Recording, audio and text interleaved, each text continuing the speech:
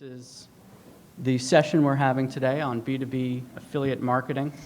Our intent in this session is to help everybody, whatever side of the affiliate coin you're on, with some tools to help overcome some of the challenges that face people that are in the affiliate B2B space. We know there are a lot. Between the three of us, we've been around a long time, and we've heard many of them. So what we're trying to do is we took what were three distinct but somewhat overlapping presentations, and we're trying to form them into a little bit more of an interactive between the three of us, and hopefully interactive between you all as well, presentation that goes through the challenges for different groups within the affiliate community. So we're taking a little bit of a chance here because obviously we've raised the bar of difficulty and increasing our level of interaction, although we're all from different places, we are as well. So we hope it works out well. We trust it will. We've put a lot of time into it. So how it'll work is, if you've got any questions during, please feel free to raise your hand. The hope that we have is that by having this be more of a dialogue, it raises the level of interactivity between us and also with yourselves. So that's our goal here today with the presentation, who we are. My name is Brian Waldman. I am the VP of Marketing and Strategy, a company called Merchant Warehouse. We are in the extremely competitive B2B credit card processing space. Basically, we sign up businesses all over the country to be able to accept credit cards. About, I would say, 4 years ago, we wanted to launch an affiliate program, and there really wasn't anything. So kind of invented our own. We looked around, and none of the networks could work with us because we have a delayed offline conversion and wanted to do call tracking and all that stuff. So my experience is relatively recent, and it comes from basically launching our own affiliate program from scratch. So I've been in the space around, I'd say 10 years total now, the internet marketing space. Got a fair amount of experience, but I'm in no way an affiliate expert. So joining me on the panel are Don Schamber. Don is an affiliate marketing expert, as is Adam, so we're lucky there. Don's been doing this for a long time. He worked originally with Be Free, moved to Commission Junction, and then spent 5 years growing Vistaprint. And if many of you don't know Vistaprint, they're an enormous online printing company, growing their affiliate revenue from very little to an absurd amount of money. He's now the founder of Smart Agents and works on helping affiliates and online marketers, and he's based out of Boston. Now works with companies around the company to help affiliate marketing work for them. Adam Glazer is here as well. Seasoned online marketer, started his first company, Conversion, in 1999, managed affiliate programs for Hilton Hotels and many other blue-chip brands. Adam is the founder of Glazer Enterprises, several years later, which today manages affiliate search and other online marketing activities for companies such as Reader's Digest, Boeing, Register.com, IDT, and many others.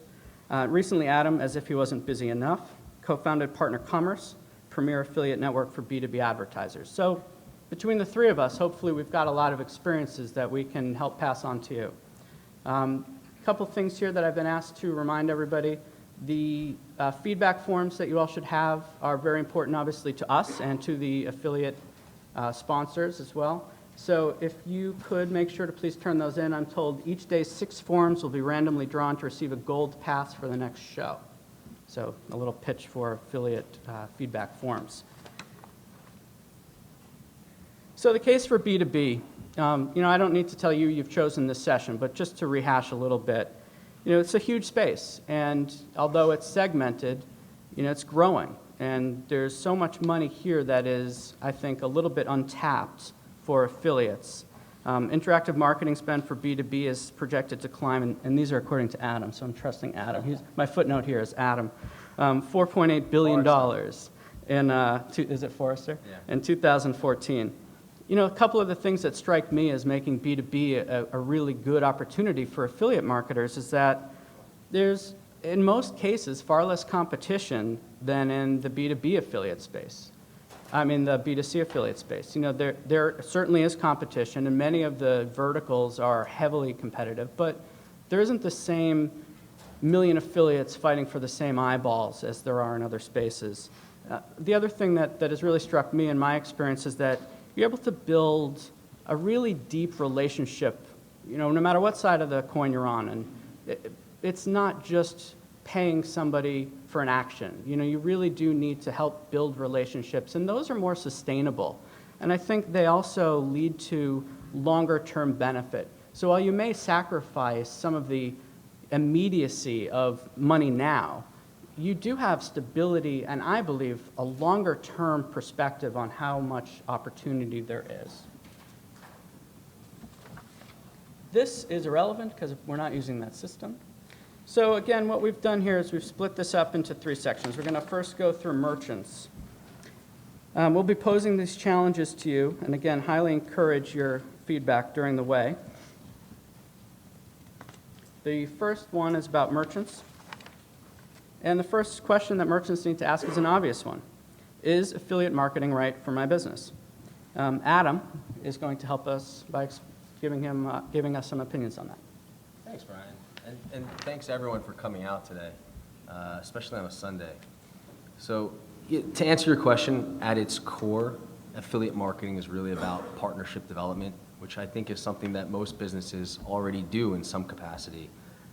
In Brian's industry, merchant services, a lot of the providers rely on large ISO networks, independent sales organizations, and these are folks who literally walk door to door and try to sign up businesses who need credit card processing. And that drives a substantial amount of the deal flow. So these ISOs, I would argue, are essentially affiliates, or in some aspects could be called an extended or a virtual sales force. And so the difference here with affiliate is that instead of finding an ISO to walk door to door, what you're doing is you're primarily incentivizing your affiliates to market to business owners through online channels. Now, one of the things that we hear a lot from B2B advertisers is their conception of affiliate marketing being mainly comparison shopping engines, loyalty and reward websites, coupon and rebate sites, email list managers, and so forth. And I think that conception scares away a lot of B2B merchants for many reasons, and I don't disagree with any of them. At Partner Commerce, we have a little bit of a different point of view on affiliate marketing. Do we have those relationships in the network? Sure, and we'll leverage them when appropriate. But it's not necessarily the type of relationship that we're out there seeking to cultivate for every advertiser. To use the example of Merchant Warehouse, if we were working for a merchant service provider, the sort of folks we might look to develop partnerships with would be a registrar or an e-commerce website provider or any type of business that targets small to medium-sized businesses but doesn't compete with merchant services. So you could envision, say, Network Solutions, as you're buying a domain, they would ask you, do you need search engine marketing? Do you need credit card processing? And that's where we'd plug in Merchant Warehouse. But there are many ways that they could engage with someone like a Network Solution. So while these aren't traditional affiliates per se, they're still referring customers on a pay-for-performance basis. And while it may be performance-based, that doesn't mean that it's always going to be successful either. So I think that there are certain criteria that every advertiser needs to ask themselves or consider before jumping into affiliate marketing. One, overlap with other channels, right? Your affiliates are going to be out there using search and SEM, SEO, display, social media, email as means of driving traffic. And so you need to think about potential conflicts there and be prepared to respond. Measurement, you need to be able to reliably track and report to affiliates what's working. So that's going to mean some investment potentially in technology. And recruitment, you can't do that. You can't just expect affiliates to find you. So you're going to need to either hire someone in-house or find an outsourced provider like Don here. And then, of course, just management of affiliates and the accounting that comes along with that, cutting checks, sending 1099s. So if you don't have the resources to handle this in-house, then another option is to find a network like CJ or Partner Commerce or Linkshare to provide end-to-end management. Thanks, Adam. Yep. So the next question then is, you've decided, okay, affiliate marketing might be right for me, but what are your options here? How can you go about making it successful for you? Don's going to speak about this question for us. So as a B2B advertiser or merchant, you look at, I'd like to have an affiliate program. The reasons being because you can drive 10 to 40% of your business through an affiliate program. You can maybe generate 20 to 30% of what you might do on paid search through an affiliate program. But Adam hit it on the head that it's a virtual sales force, and these affiliates are going to be doing all types of marketing. And having worked on the network side of the business, the advertiser side, and the publisher side, I've seen a lot of the options that we're going to cover here in the next few minutes. In looking at an in-house program, they can be done. I think what I've seen on rare occasion, they're done really well. The challenge is, though, that when you're doing it on your own, you've got to have the tracking system, you've got to have the data-based systems, the measurement, the analysis, reporting back end. You need to pay the affiliates, pay them timely. Always that's great to do. And if you get into more sophisticated, approaches where you have pay per call, or you track to offline or in-store sales, which there's some vendors that do that, and then recruiting. Anyone that's been involved in an affiliate marketing program in any aspect knows how challenging recruiting is, even if you're in a network. So to do your own in-house program, it can be done, and you can purchase most of these components off the shelf and integrate them together. It takes time, takes money, takes resources, versus maybe considering some of the network options that might exist. So the networks that, some of which you've heard, I want to make a quick plug for Share Sales, since they're one of the major sponsors for this event. As a network, Adam mentioned CJ or Commission Junction, Google, Affiliate Network, LinkShare, Link Connector, Pepperjam. You start to get down to some of the smaller networks, but depending on what type of advertiser you are and what type of affiliates you need, they might be options. There's also tons of what I refer to as CPA networks out there. There's probably 100, 150 CPA networks, all sizes, all types, all colors, shapes, etc. Some are better than others. Most of them, generally in my experience, have been a little less sophisticated than some of the more major mainstream networks. And even within those, although they're mostly B2C, they generally have B2B categories. I haven't looked at it recently, but most of the major networks have business services, type categories. Partner commerce is more specific to B2B. That they work with various B2B type offers. And if you look at offline, to in-store, there are technologies and solutions. RevTrax is one that I'm very familiar with that can be integrated into both an in-house or a network-based program and help you track that. And then you always, at the end of the day, you have to come back and look at the fixed and variable costs. If you do it on your own, I wouldn't even want to take an attempt to add up the time, the resources, and the money that it would take to build from ground up an in-house program. And I tip my hat to Merchant Warehouse. I've seen theirs. I've looked behind the black curtain, and it's very sophisticated. I was quite impressed.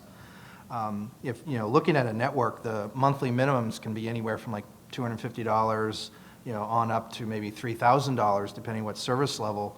And then you have a variable fee component, which can be generally 20 to 30% of the affiliate commissions. And generally, if you want to be really successful, you want to have an additional budget for some additional site placement or newsletter opportunities to drive more traffic, to your program.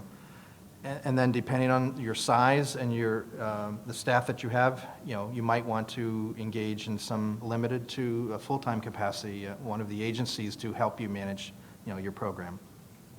And OPM fees, and I'm not here to pitch any specific one, but just generally they're going to be 20 to 50% of a full-time equivalent. That's just a rough estimate. The pricing is all over the place, but I'm a firm believer is that you get back what you invest. So if you think you're getting a good deal with an agency, you're probably not getting the commitment and the resourcing that you really should be.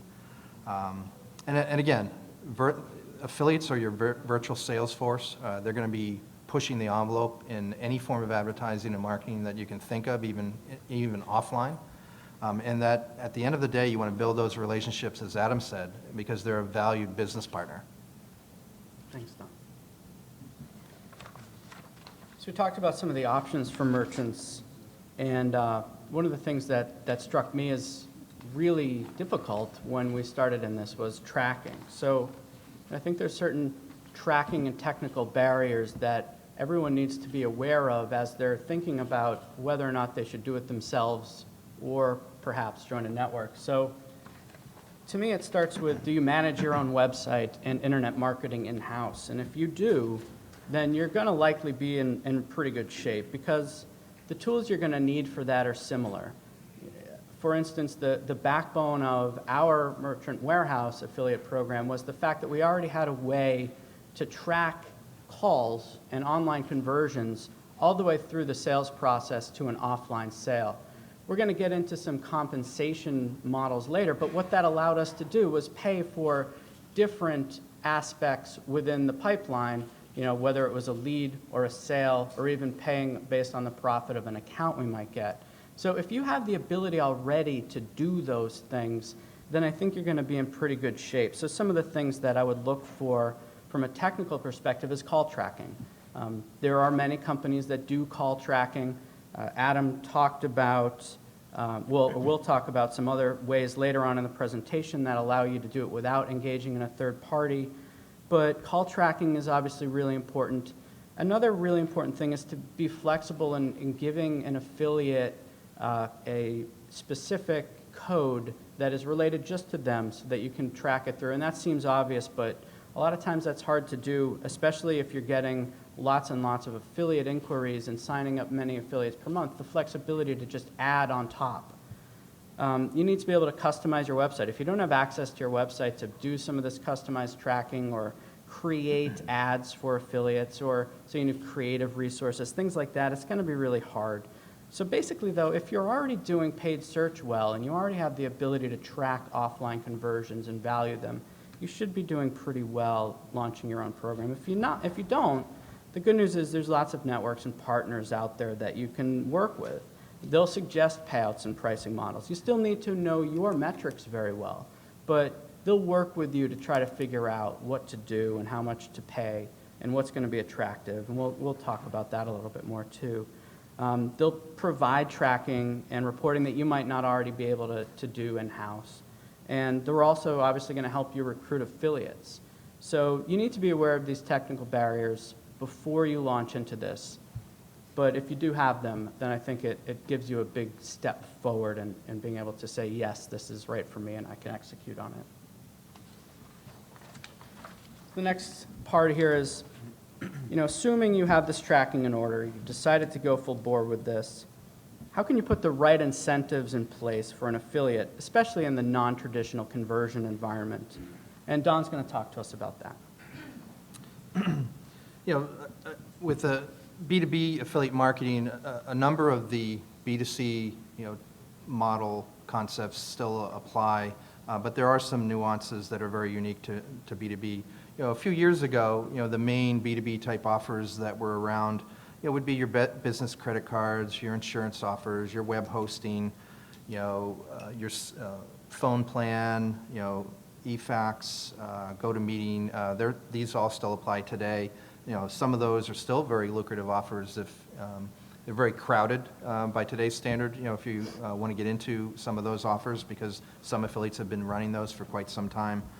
But some of the considerations that you might need to look at is obviously profitability. At the end of the day, in business, it needs to fit within your margin, your profit margin.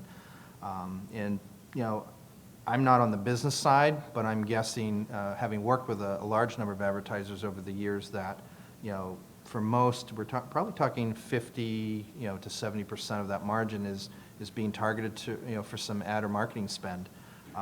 Again, that's just a general range, not in all cases. And looking at setting up your program, in addition to that budget consideration, you need to maybe define how you are going to measure success, whether it's going to be new customers acquired, if you're working at a gross margin level or contribution margin level, Or if you're sophisticated where you're looking at lifetime value over, say a 6 or 12-month span of time after you do acquire that first order. A lot of advertisers, generally, rule of thumb is they're still looking for that return on investment, to be ROI positive on that first sale. Very common, particularly for smaller, medium-sized advertisers. But if you really want to be aggressive and leverage the power of affiliate marketing, I'd encourage you to take a hard look at the margin level and look at it as you're acquiring, if you acquired 1,000 customers and half of them opted in to receive your weekly or monthly promotional newsletter, and they make additional purchases over the next 6 to 12 months, that you really acquired a good customer, but it also factors back into what you've invested into your program. So the purchase frequency can be factored into that decision making.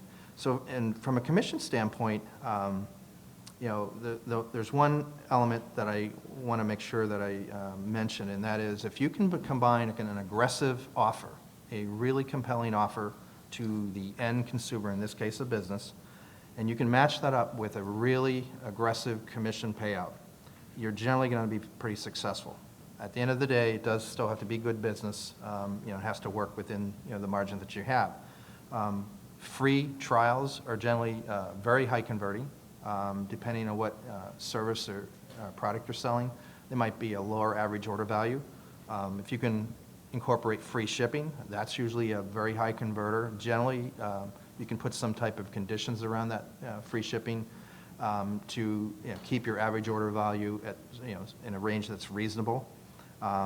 You can bundle your discounting, where if you buy more, you can save more percentage off. Obviously the flat, the tiered, the bonuses, those are standard.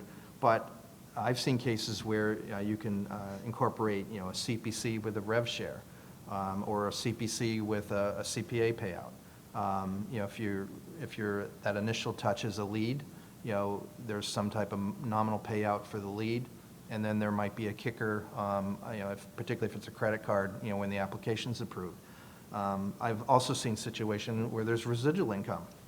If it's a monthly subscription, you continue to earn a small piece of that, every month as that, consumer, in this case a business, stays with your program. I mentioned new and repeat. I'm a big advocate for recognizing the value of a brand new customer to your file over, repeat customers. And I generally encourage, advertisers that I work with to have differing commission rates. It can be done. It's fairly straightforward to do. So you put a higher premium. You're paying the affiliate maybe twice as much as you would for that repeat order, because that new customer file, depending on your business, could be extremely lucrative on the frequency of repeat purchases.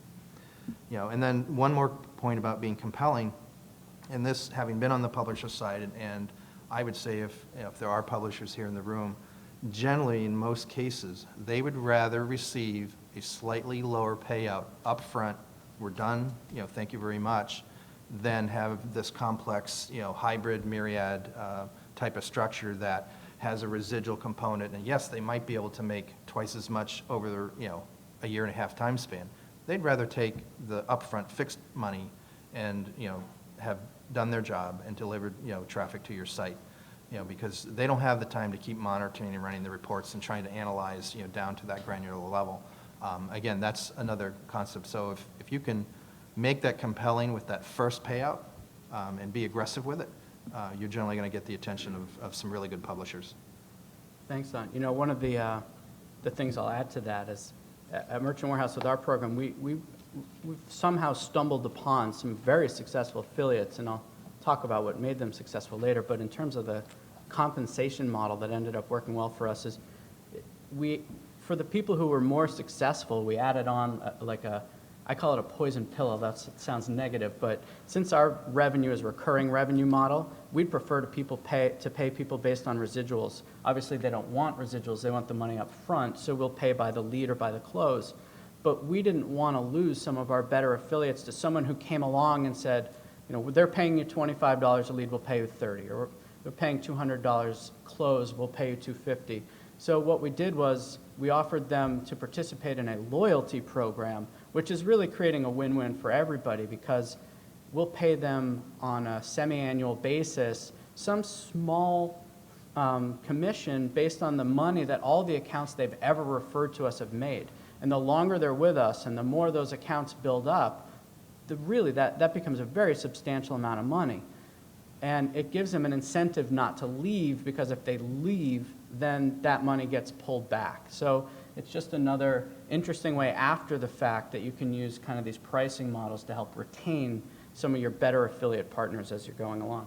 I think just to add to what Brian mentioned is that what I've seen work really well, particularly trying to build that relationship with publishers, is that if you have, a model that's slightly out of the norm, is to use some examples, lay out the numbers, do the math, show them how they're going to make money, where they're going to make money, and even like when I've had to lower commission rates or change commission rates, or restructure things, is to do the math in the old system and the new system and show them that they're not losing money, they're actually going to make more in the new model, even though it's quite different than they might have expected. But if you generally lay out the math, Right. The publishers will stay with you. Yeah, I don't want to get too much off track, but I totally agree with that, because most of the affiliates that sign up with us want to get paid by the lead, because they don't know what our close rate on a lead is, or conversion rate from a lead to a sale.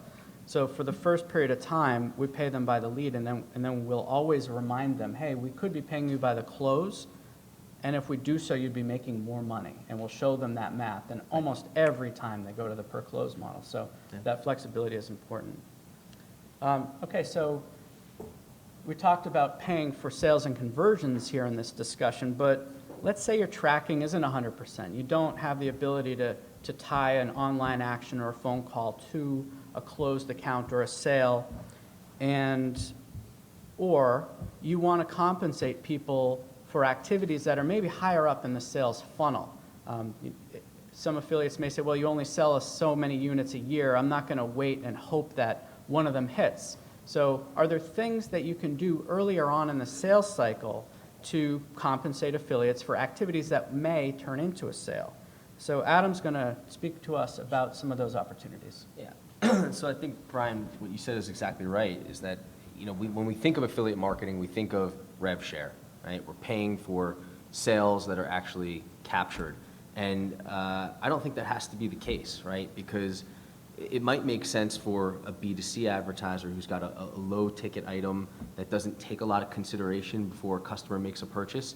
But on a B2B product or service, it could be several $100,000 investment that might take 7 or 8 touches before it actually closes.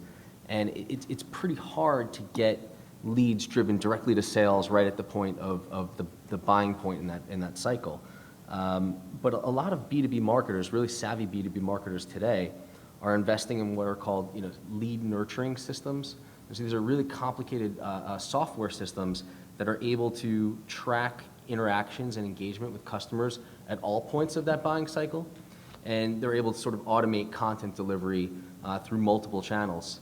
And if the advertiser is able to sort of figure out the economics of what the attribution value of each of those different touches is, they can incentivize affiliates to go out and drive those types of actions. And so what that would include would be things like maybe just visiting a blog, or downloading a white paper, or maybe attending a webinar, or anything that would help the advertiser either establish permission with the customer, or maybe learn something more about their preferences and how they want to be communicated with, or perhaps kind of be able to assess where that customer is in the buying cycle. All of that exchange of knowledge is valuable, because it then is going to help. It has a halo effect on the direct sales efforts, where they can go back and engage with those customers in a more targeted way, and you're going to see impact on close rates through your direct sales efforts. So I think finding creative ways to incentivize these types of actions through your affiliate program is something that B2B advertisers, particularly those advertisers with very large ticket items, say a medical supplies provider, or some manufacturer of heavy equipment, heavy machinery, that's something where you may want to look at one of incentivizing some of these types of actions. Thanks. So we're going to move on to the networks section of our presentation. Anyone have any questions to date? No, good so far. So we'll keep moving on. Thankfully, Don and Adam are here to talk to us about the challenges for networks, because this is obviously getting out of my comfort zone. But they face many different challenges, and while not a lot of people here potentially are from networks, it is fair to assume that as someone who wants to partner with networks, we need to understand what challenges they face, which will then help us better understand how to create win-win situations with them. It's been, for instance, a real challenge for Merchant Warehouse to find a network to work with because of the types of activities that we're being compensated for. But if we know what they're looking for, we can better help customize our tracking, our offers, things like that. So the first question, obviously, for a network is, how do I find affiliates? It's clearly a challenge for everybody that is in this space. Don's going to talk to us about some great strategies. And affiliates in the audience, this is a great opportunity if you would tell us how to find you. And just raise your hand. A few years ago, I'm dating myself now, as Adam alluded, I've been in this space for a good number of years. In the early days, there were really very few tools. If you can think back, 10 years ago, and Google and what it was versus what it is today, you would realize even back in those days, search was probably not the greatest tool. But the networks, would get their affiliates into their network by advertising on various websites where they thought good affiliates would frequent and hang out, and through search, as primitive as search might have been, back in the early days. By today's standards, there's a myriad of tools. Some are free, some are paid subscription services, but there are a lot of really great free tools, that you can use, and I'm sure the networks use both some of the free as well as the paid ones to help identify, high prospect affiliates to join their networks. On the free side, Alexa or Alexa Scout, is great at providing some basic information around not just traffic, but related links and keywords and some basic information that's available about where you might find good affiliates and publishers. If you're a Google advocate, the Google Ad Planner is extremely valuable, not just for affiliate marketing, but even display advertising of some of the free information that you can glean out of the ad planner. And by today's standards, Google, Bing, Yahoo, even some of the secondary search engines. If you know how to really dive and search and sleuth and find where you might find an affiliate or publisher who would be good for your business, they're still there, that you can still find them through searches. I call it direct versus indirect. Obviously, the primary keywords, but you can use phrases, you can search around specific content, and then don't ignore, the indirect. Where would affiliates frequent? Where would, affiliates potentially hang out on a direct or indirect type, basis? And then as you move into some of the subscription-based tools, you may or may not be familiar with them, but Compete and Hitwise are two of the the more commonly known tools that are out there. They can be rather pricey. I've had the luxury of having had access to these tools while at Vistaprint and now with some of my clients that I work with. And there you can look at the upstream and the downstream traffic of not just your own site, but affiliate sites. You can look at your site versus your competitors' sites. And you can get down into demographics and lifestyle and mosaic type data levels, where you can really do some what I call really neat research and data mining that is not just good for your business, but good for also finding affiliates. Syntrex is kind of in the middle of the road. They're not overly expensive, and if you're specific to affiliate marketing, they can actually run queries for you where you can actually identify competitor affiliates through leveraging the knowledge of the various network domains, and they can actually create a list, and they scrape enough information and actually can provide you contact information. So you just need to go in and clean that data up, and voila, you've got a list of sites to go after. You have a list of emails, generally most cases. and Quanquest is another tool. But there's probably a handful of other tools that, even some of you in the audience might be aware of, whether they're, free or some type of subscription. But there's just tons and tons of tools. It's just a matter of, do you have the time, and if you have the additional budget, to invest in one of the high-end type tools. Thanks, Don. Another challenge, obviously, for networks is that a lot of the tracking issues apply doubly to them because they have to help tie the tracking together on both sides. So Adam's going to help us understand a little bit about what networks need to be prepared to do in order to help fix the tracking problem for both sides of that. Yeah, thanks. So here, there's a lot of tracking issues, right, that are going to come up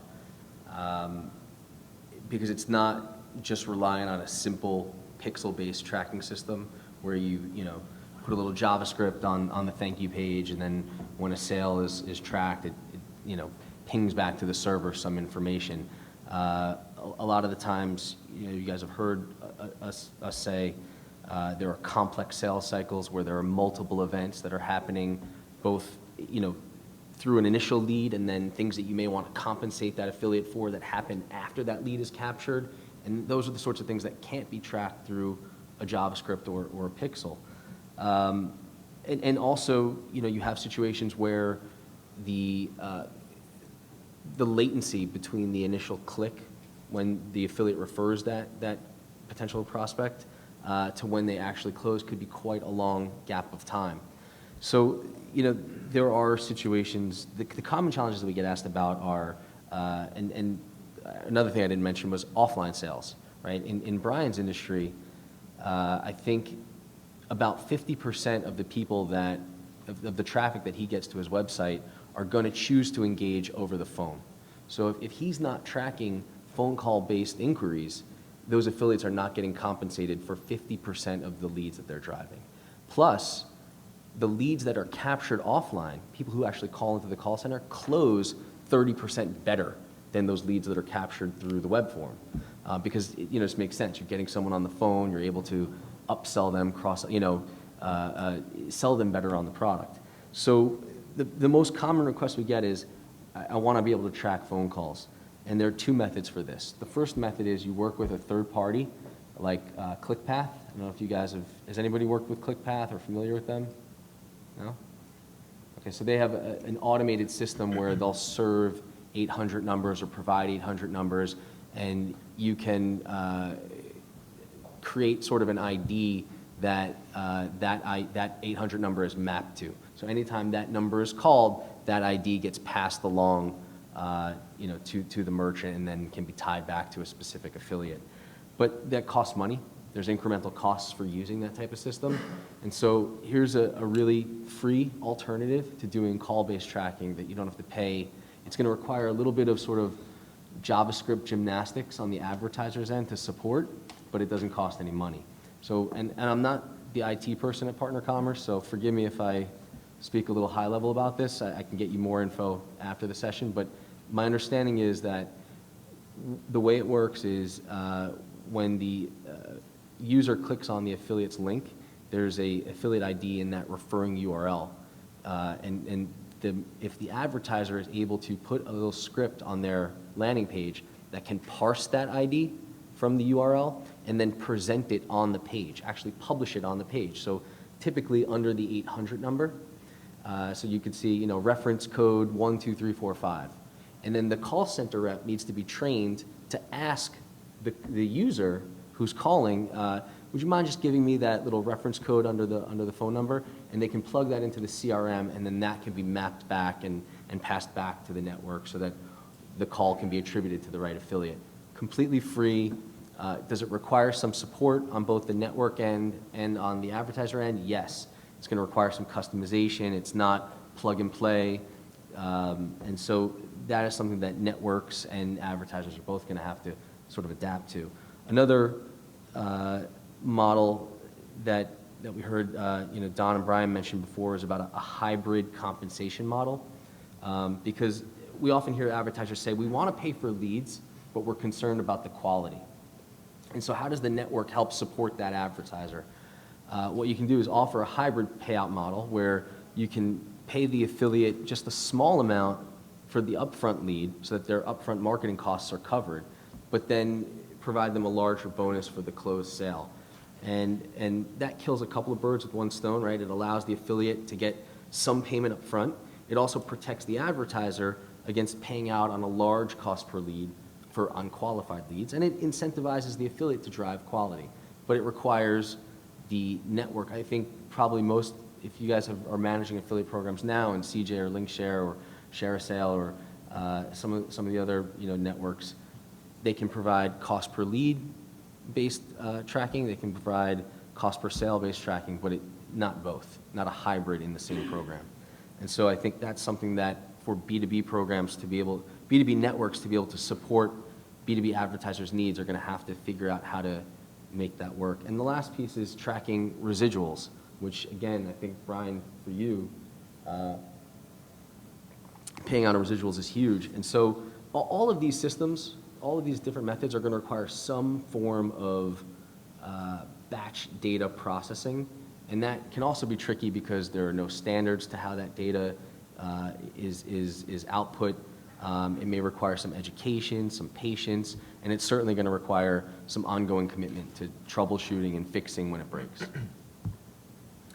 I just wanted to add one thing on the tracking, something that came up a couple of years ago when I was at Vistaprint, and it's somewhat related to, and not so much the networks, but as an advertiser, and I wish there were thousands of advertisers here because this was a nugget of gold that I found.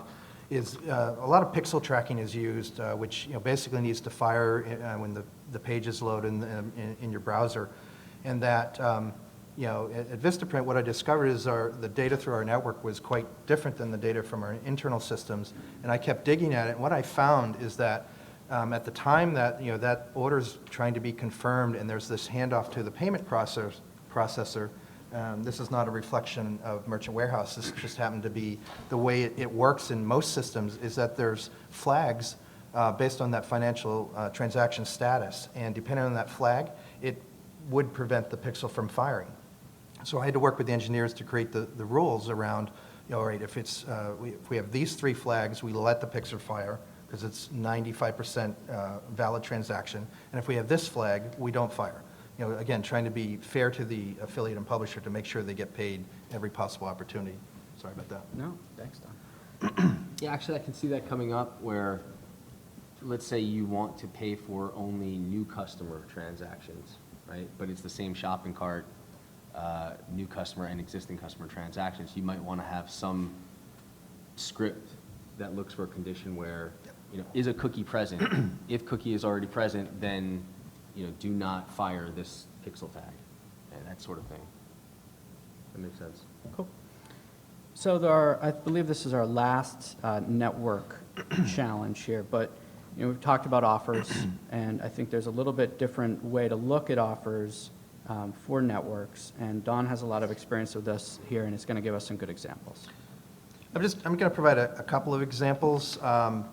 Basically, the examples I've listed here, FedEx Office on the business side, they're paying up to 8% rev share. And it's not just the normal FedEx that you would think of, but they also have, print services now and so forth, that add, additional products and services that you can, make commissionable.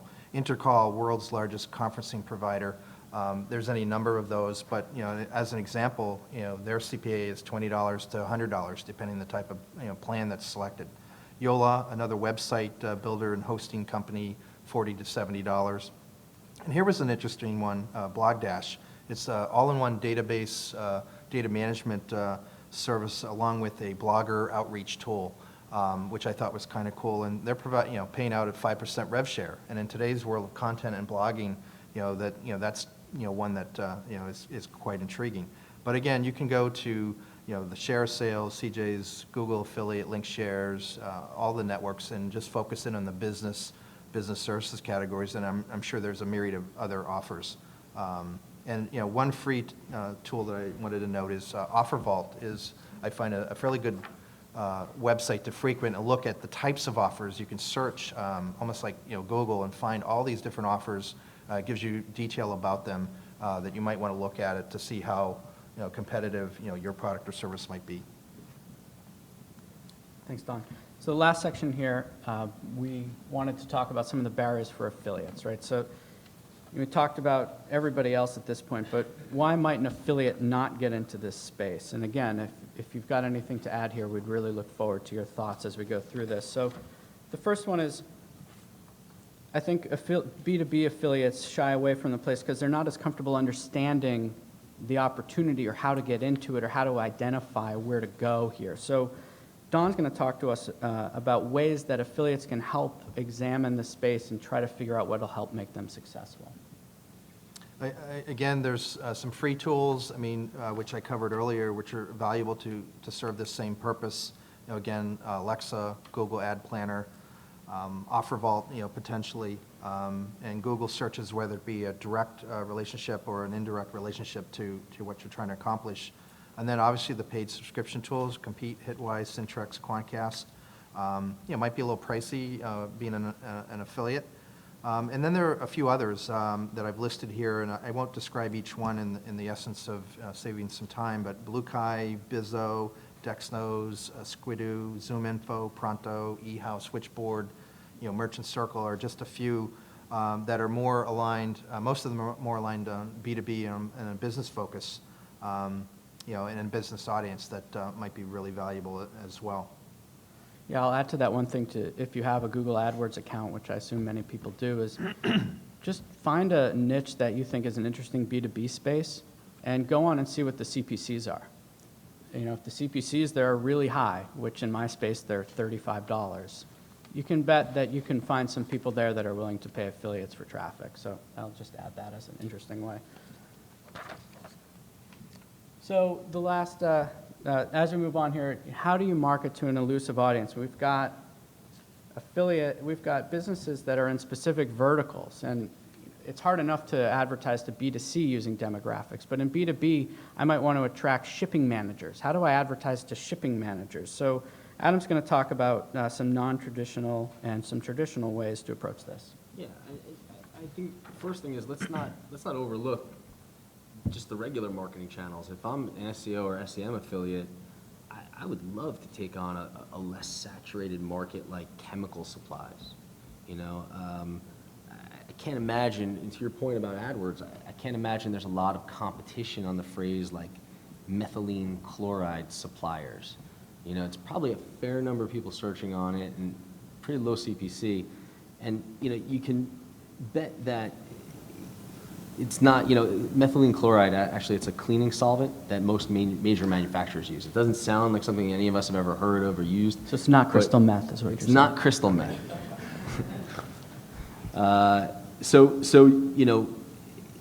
It's likely to have a lot of purchase intent. Someone who's searching on that is definitely looking to buy that product. And also if you look at what the competitors who are advertising on that phrase, if you look at their landing pages, they're really not savvy one-to-one marketers.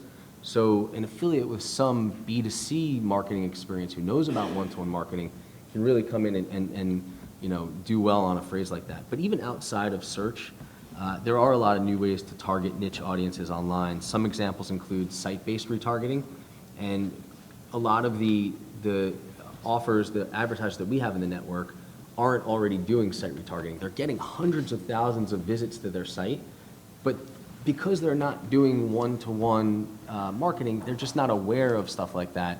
And so we've been able to set them up with affiliates who will do site-based retargeting for them on a performance basis.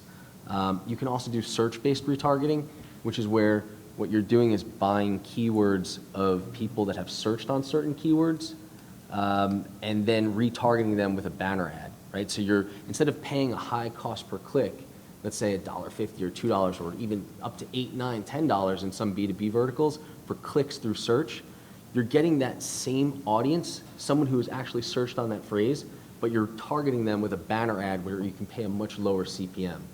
And so that's something that you can do just simply by buying, coming up with a keyword list. So if you have an advertiser like Dow Chemical or BASF, you can load up a whole bunch of chemical keywords plus the word supplier and buy a bunch of retargeting pixels of people that have searched on those phrases and then try to target them with banner creative.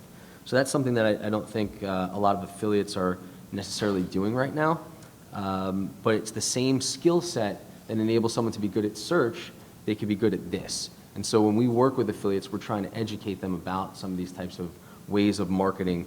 There's also contextual marketing, which you guys are all familiar with, through the Google Display Network. But you can also, and Don had a name up on his previous slide, a company called Blue Kai, and there's a few others, Exalate, and there's some of these networks where you can go out and actually buy third-party data. So once you know who your audience is, you can then go to these networks and buy cookies of people that look like your audience. And so an affiliate using a demand-side platform, a DSP, I don't know if you guys ever heard of that, can actually go in and set up and manage all these campaigns really easily. And so another way to do it would be maybe, not doing any sort of paid media, but setting up a discussion forum in LinkedIn about, chemical supplies. So that might require a little bit of specialized knowledge on the subject matter, but if you are someone who's familiar with that space, you could be a really powerful affiliate just by going in and, you don't have to reach large numbers, right? I mean, if you could just get 25 or 50 people actively talking in a discussion forum about methylene chloride, that could really be a big winner for you. Thanks, Adam. Yeah. Obviously, as we try to recruit affiliates, and a major issue for anyone who's trying to recruit affiliates in the B2B space is the dealing with the selling, essentially, the complex payment structure. A lot of times it just doesn't fit into what affiliates normally think about when they're trying to decide where to put their effort. So Don's going to help us talk a little bit about dealing as an affiliate with complex payment structures. Yeah, we've touched upon different payout models in some of the earlier discussion, and I don't want to take up more time, because we're trying to make sure we're on track. Obviously there's different ways you can package it. I highly encourage you to do the math, lay it out, provide examples to help tell the story, to convince an affiliate or publisher, to promote your campaign. And likewise, I've had feedback from affiliates to say, I understand that, but if you did it this way, I'd be very interested. And again, it's that dialogue and building the relationship. At the end of the day, it's partly about, what's a high-value customer to you worth, and what's a low-value customer potentially worth, and that gets back to the new and the repeat. And so if you have specific questions about complex, commission models, I'd be more than willing to talk to somebody afterwards, because, we could spend, 10, 15 minutes on this. You've agreed now to work in this program. You're going to become an affiliate. The biggest challenge that I've seen after you get past this point is trust in the reporting. And Adam's going to talk to us about how you can build trust in your program. And so we talked about how a lot of B2B advertisers want to pay affiliates for events that happen after the initial lead is captured, right? So when it's just a lead or a sale that's being captured directly, that can be tracked with a pixel, and the affiliate can, with our network, if it is a pixel-based event, we can allow you to piggyback that code. So you can actually fire your own tracking code when ours fires, and then you could run test transactions and kind of audit it that way. But in the case where there's some event that's happening after that initial lead is captured, or after that initial sale is captured, like you're paying out on residual income or a closed account or something like that, it's ultimately going to rely on the advertiser to, accurately sort of track and manage those events and then pass that data back. And be able to tie it together with that affiliate ID. And so, at the end of the day, it is going to boil down to trust, but there are things that the advertiser can do to build trust. And so one example is transparency, right, and providing more detailed reporting. So instead of just saying, that batch of 100 leads were invalid, share some data as to why. Show me the notes from the conversations. They have all this information in their CRM. It's exportable. Tell me what happened. They were looking for the wrong information. They submitted, false information. If you share that information with me as an affiliate, I'm going to feel more confident. Maybe I'll learn something about why my marketing is not being successful, and I can adapt it. So there's benefit to sharing, not just to acquiesce in affiliates' fears, but also to help them learn and optimize. You can also, and I don't think you want to maybe do this for every affiliate, but for the bigger ones, you can offer a right to audit. So you can actually let them, have a little more look into the back end upon request. And, I think personal relationships, right? It's just a good affiliate manager is going to reach out and establish trust. And so I think as an advertiser, you need to, go the extra step and to make sure that you have dedicated support, and that they feel that their questions are getting answered in a timely way and in a direct way. Yeah, I think that relationship that we've been talking about throughout is the number one way, obviously, to build trust outside of the reporting transparency. Adam, we're about up against our time here, Yeah. so I'm going to skip the next slide and Okay. just selfishly talk for a moment about what I have found as someone who started basically an affiliate program and tried to recruit affiliates on what's worked best as I've seen for affiliates when they start looking at driving B2B conversions, because it's different. It's really more about adding value and pre-selling the traffic. We talked about the chemical discussion group. That's a great way to add value to the traffic that is going through or passive. If you've got a website and you want to try to get people to sign up for credit card processing services because you're an affiliate, don't just put an ad up linking people. Endorse the partner. Talk about what makes them better. Anything that you can do to understand your partner's market and what they're looking for when they get traffic, the better quality your traffic is going to be going over to their site, the higher it's going to convert, the easier it's going to be to get a sale out of that. So things that have really worked that we've seen in other spaces as well, obviously, is a review site. If you've got the time to do a legitimate review site, you can cover an entire industry. And there may be 4 or 5 companies in that space that have affiliate programs. So if you can do a legitimate review site about that industry and the players in that space, you can become an affiliate for 4 or 5 different companies without really needing to favor one or the other. Or maybe you favor the one that pays you the most, but you don't have to. There are plenty of legitimate review sites that I've seen very successful. Content, obviously, if you can invest in writers or if you know about the industry yourself, add value through writing content. But endorsements also play a real key here. And the last thing is find non-traditional channels. Most businesses do a great job of advertising on Google and Bing. Don't necessarily put all your efforts towards that. See if you can do some of the things that they're not already doing. You might only get a little bit of traffic there, but if it converts at a good rate and your payout's really good, you can make a lot of money by finding kind of the long tail advertising outlets. That wraps up our presentation. Again, here's who we are. We'll be here if you have any questions afterwards, but if you've got any now, please feel free to fire away. No? Okay, well then thank you all very much. Thanks a lot.